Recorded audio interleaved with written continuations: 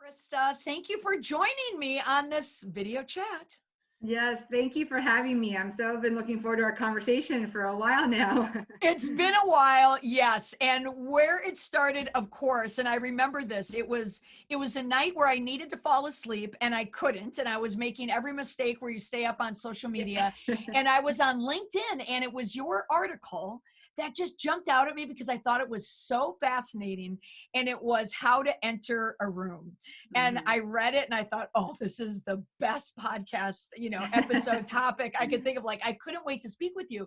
And then, of course, since, things happen and now here we are, the Right. coronavirus, we're into, at this point of recording, we're like 4 weeks into it. I guess I'm East Yep. Coast, you're West Coast. You're probably actually in Arizona. We were a little behind the curve in Arizona. Yeah, you're behind the curve. And I noticed that. And also, it's interesting how they talk about with the baseball season, how they may be playing baseball in Arizona. Yes, Arizona is a unique area. But right. as we spoke, I understand, like, you have clients really around the country, don't you? I really do. Yep. And you specialize in in this idea of the small to medium-sized business owners. So we needed to reconnect because I still thought that there was value in what you have to offer, but just when we come to that time and place where we get into rooms again together again, we're Right. definitely, I'm going to revisit that, like how to enter a room. But talk Yes. about, not being applicable at all because no one's in the Right. room unless you're with your family. But Krista, I wanted to talk to you, today and interview you and get your ideas about marketing, because I'm still following you actively on LinkedIn, and you are so good about putting videos out there and training and offering it for free. And I love your content. So today I wanted to have a brief chat on how we could help marketers, small to business marketers get through this. So what have you been doing? What have you been thinking? Any thoughts have changed in the last few weeks in your business? Yeah.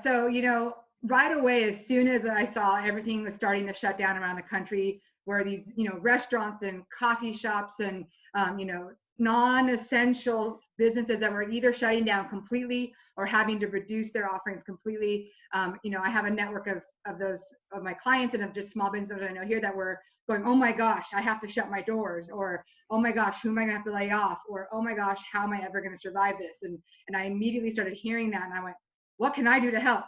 Okay, like I've been through the 2008, recession or whatever, all those years. I've been through some very specific crisis situations with clients where, for example, you may remember Tiger Woods and his fiasco. Tiger Woods Foundation was a client of mine. Stop. Stop. Wait a minute. I have to pause here for a moment. Yeah. So when the Tiger Woods fiasco, so I know it was Thanksgiving. Give me the year. Oh my gosh, What year was it? 2008 or 9. I can't even remember the year anymore. I worked for that agency for 5 years, and his So foundation was our client. So you were working so the foundation was your client, and were you in crisis communication mode when that happened? So, well, we were their agency of record, and we were in the room when the whole team at Tiger Woods Foundation found out the news of what was going on, and it was, and then we went into crisis mode of how do we fix this? How do we not lose every donor we have? Because the work the foundation was doing was amazing, helping children in underserved communities build their characters, after school programs. It was all in Southern California, and we didn't want those children to suffer because Tiger Woods had made some serious mistakes. Because yes. And so it was the best lesson I've ever had in crisis communication and crisis marketing, because we had to figure out how to get through that storm. Oh my gosh. Now, Krista, I don't want to take this long circuitous path through it to get to what we were talking about, but marketing. But okay, so we're in a crisis moment right now. It's COVID-19. Right. It's not taking Ambient and having affairs and then having your wife, slam your car door as you run out into a tree. But what was the lesson? Like, how did the foundation get through it? Was there any type of value system or messaging, or what was the response? Well, so the number one thing that I learned from that, which is what I've been preaching all over, to anybody that will listen right now, is communication, which is why I think we're having this talk, right? Is because the foundation couldn't go silent. They had to immediately get ahead of it. They had to immediately get out to all their schools that they had programs in, to their employees at the centers that were helping the kids, to all their donors. So the immediate, as quickly as possible, we helped them craft the messaging. What's the core message we're going to get out there, and how we're going to get it? Emails, phone calls, letters, in-person visits, everything, because we had to get ahead of it. We had to say, we are aware that this has happened. This doesn't affect the foundation's core values. That this is what we stand for, reiterating the message of the foundation. And that still applies today, right? Is if you're a small business and you've shut your doors, don't go silent. You need to talk to your customers, let them know you're coming back, let them know what you're doing in the meantime. How are you improving your business? If you're still open, communicate even more, right? So that's definitely a communication. Yeah, and in the case of whether it's, clearly the Tiger Woods Foundation back then, or even now, I mean, this is one of these out of the blue, unknown crises that happen. Right. And this leads into it perfectly. It sounds as if you're saying what I say a lot too. You really can't over communicate when there is a message or a value system there. So now let's transition this into, so in terms of your background now, you work with a lot of small to medium-sized businesses. Yes. And this idea of communicating clearly and regularly, I assume that's what you're telling all your clients right now. So anyone listening to you now that isn't a client, but in that category, what would you be telling them to do from a communication perspective right now as it relates to the coronavirus? So I think it's going to depend on the business situation. So if they've temporarily shut their doors, they can be finding ways to provide value to their customers and potential customers by email, by social media, whatever platform they're talking about, by their blogs, by giving helpful information, motivational information, entertaining information. Depends on what your brand voice is. But I've seen a couple of local businesses, and I've had a client who's, in fact, one of my clients, he's a speaker, and he, of course, has 0 gigs at the moment. Everything's been I feel it. To the second half of the year or next year. And so he's been putting out a ton of free, he does a lot of mindset stuff. So he's been putting out edited versions of his keynotes that people don't pay a lot of money to see for free. He's been putting out, reaching out to his past clients going, can I provide a virtual version of something to help you?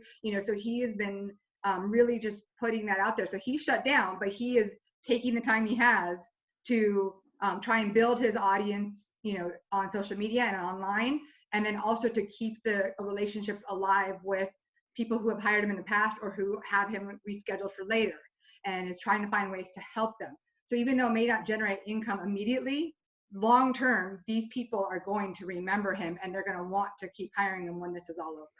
Right. So it sounds like there's value, you're saying, in the pivot. So you're encouraging all of your clients, because for the most part, across the board, everyone is getting some type of hit of what's happening to them, either from a customer point of view, revenue point of view.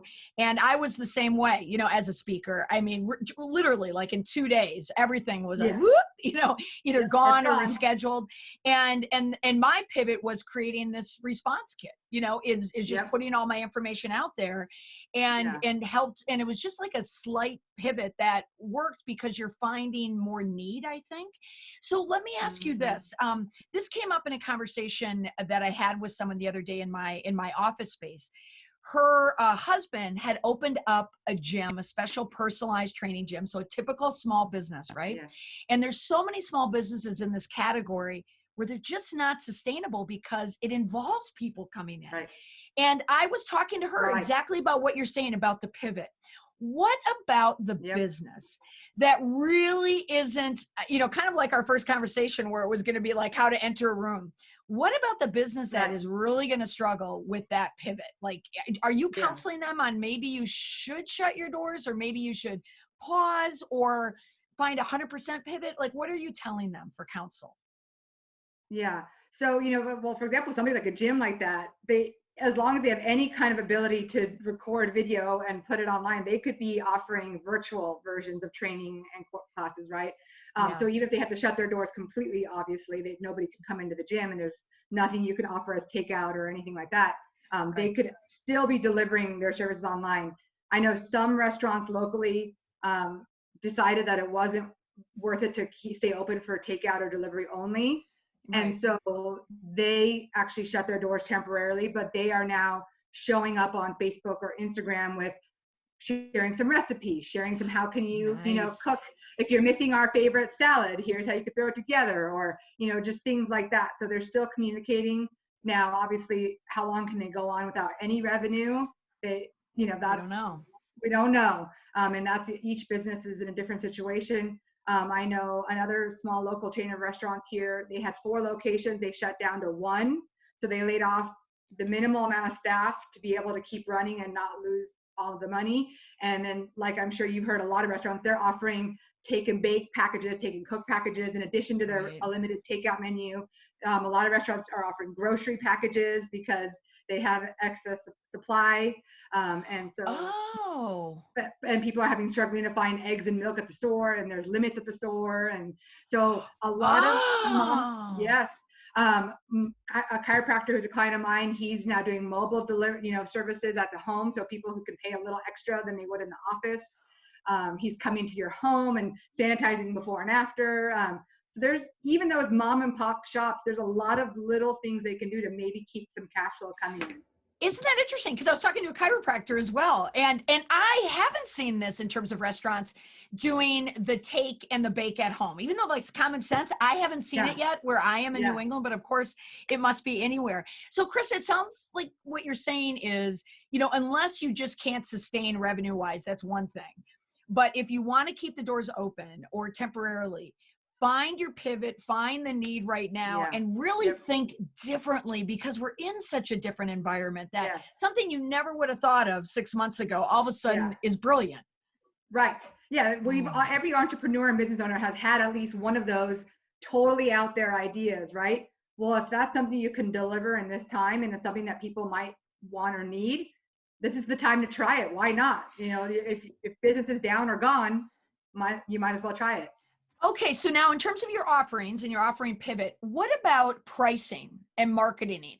I followed and tracked a lot of, just because I'm in PR response, right? Like the Yeah. buzzy question is whenever I'm doing interviews now, what's example of good PR and bad PR? And I guess the general answer is, if someone just understands that they're communicating in a time and not being unnecessary and taking advantage of like crazy marketing opportunities. Let's say someone can't pivot, okay, or Right. they don't have that type of business profile to do it, and they Right. need to come up with offers. So now we're talking about the revenue, the money, and the offering. What Yes. should a small to medium sized business do in terms of sales? Yes.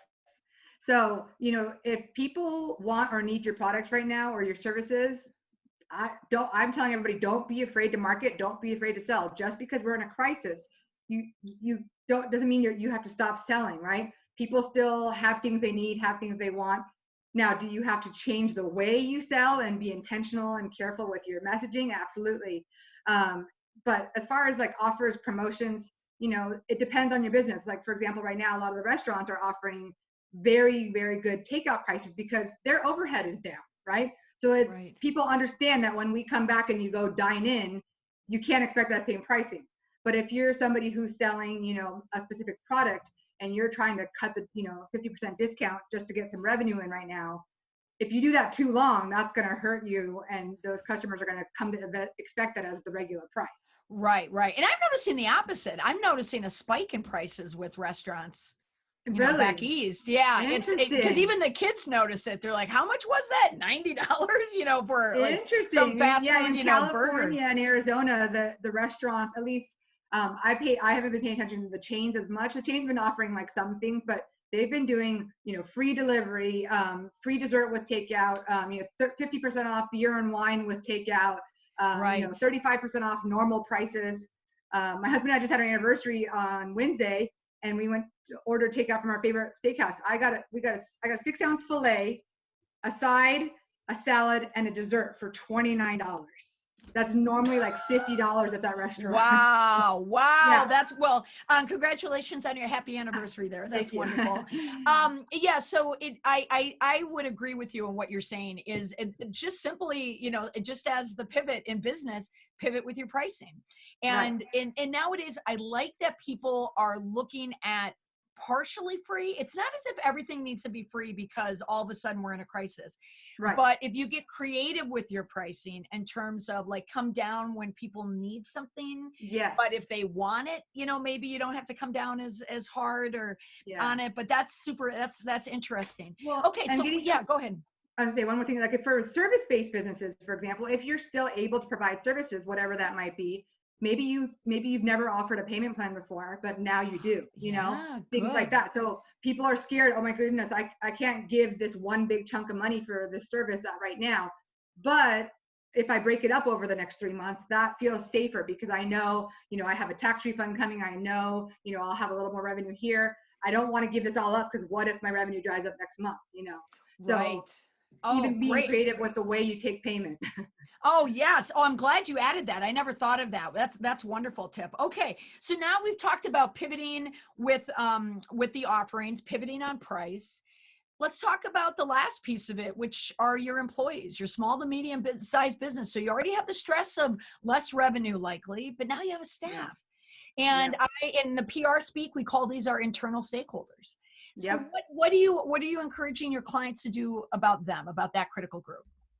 Right. So I am fortunate that some of my clients, the clients of mine that do have more than one or two employees, they've been in business for many years and Mhm. have a pretty solid foundation.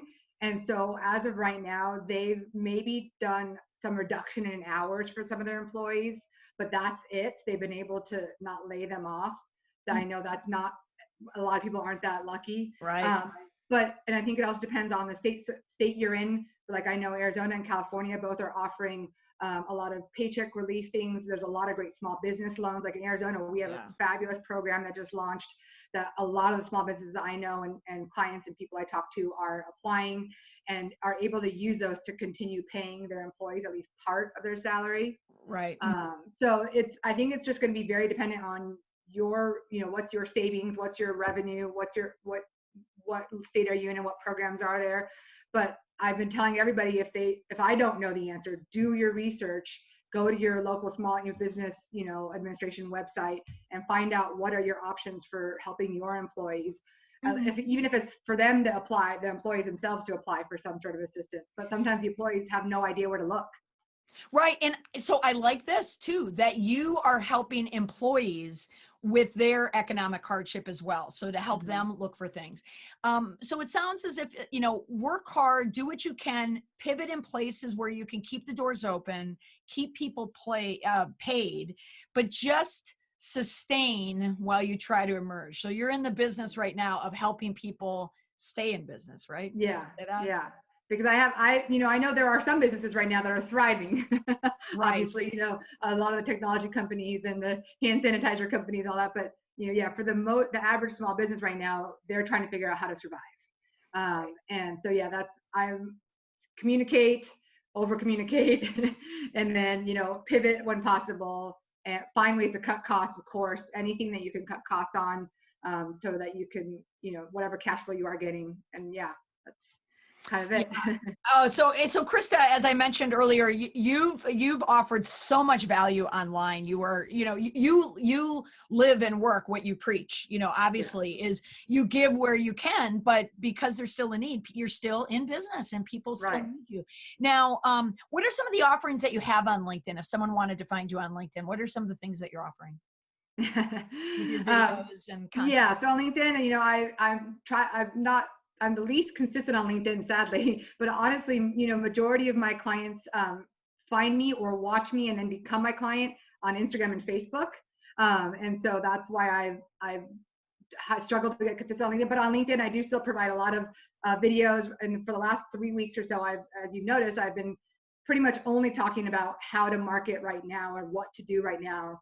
So, you know, sharing both text posts and videos to help people. I'm actually about to, I want to publish today an open letter to small businesses during this crisis to help them with their marketing. So it's about 1,000-word blog that's going to just really go point by point, compiling everything I've been talking about. So they have one place to go and read how they can move forward right now. Oh, and you're publishing it today? Yes. Okay, well, I will make sure that if anyone watching, that the link will be in our show notes and will be in the link because we'll have this video on YouTube as well. But just the fact that I'm predominantly following you on LinkedIn, but you're big on Facebook, on Instagram, it sounds, again, what you're telling businesses, be everywhere that you can and tell people Right. what you have to offer. Yeah. Yes. Oh, Yes. okay. Well, Krista, thank you so much for speaking with me today. I mean, what great, valuable advice that that I certainly want to pass on to my clients as well. And even me as a small business owner, you gave me some great things to think about. But Krista, your website, Krista, how do you spell your last name? KristaFabrick.com. That's it. Yep. Fabrick. Yes. Fabrick.com. Krista, thank you so much for sharing. And I will definitely, when there comes a time, we are going to have the interview Yes. about how to walk into a room. That will be a fun one. I love that because one thing we didn't talk about is I'm a college professor as well, and I teach workshops to businesses all the time. And so I'm used to walking into the room and having to figure out, are the students happy, sad, stressed? Are these business owners? Are they engaged? What's going on? So that's why I talk a lot about that stuff. So. Oh, you and me both. I didn't know that. I didn't know that are you in front of the college classroom, like standing up, or are you online? Yep. No, I'm normally normally in the classroom. Wow, you are one busy person, but like me, you get it. You're dealing with your Gen Xers, your Gen Z, your millennials, your baby boomers, and you take it all and you pile it all into the mix, and you learn how to disseminate information. Krista, thank you so much for speaking with me. This was incredibly helpful. I know that you have helped a small business owner today. Thank you. I sure hope so. Thank you again for having me on. This was so enjoyable. Thanks, Krista.